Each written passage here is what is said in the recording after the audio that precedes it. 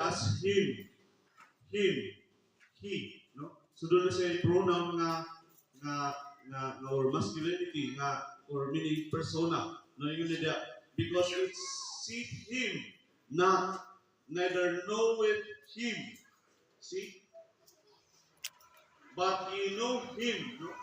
For he, no? He dwelleth with you, and he shall be in you. So, inana ang pagka-describe ni Jesus sa Holy Spirit. It is a persona. Okay?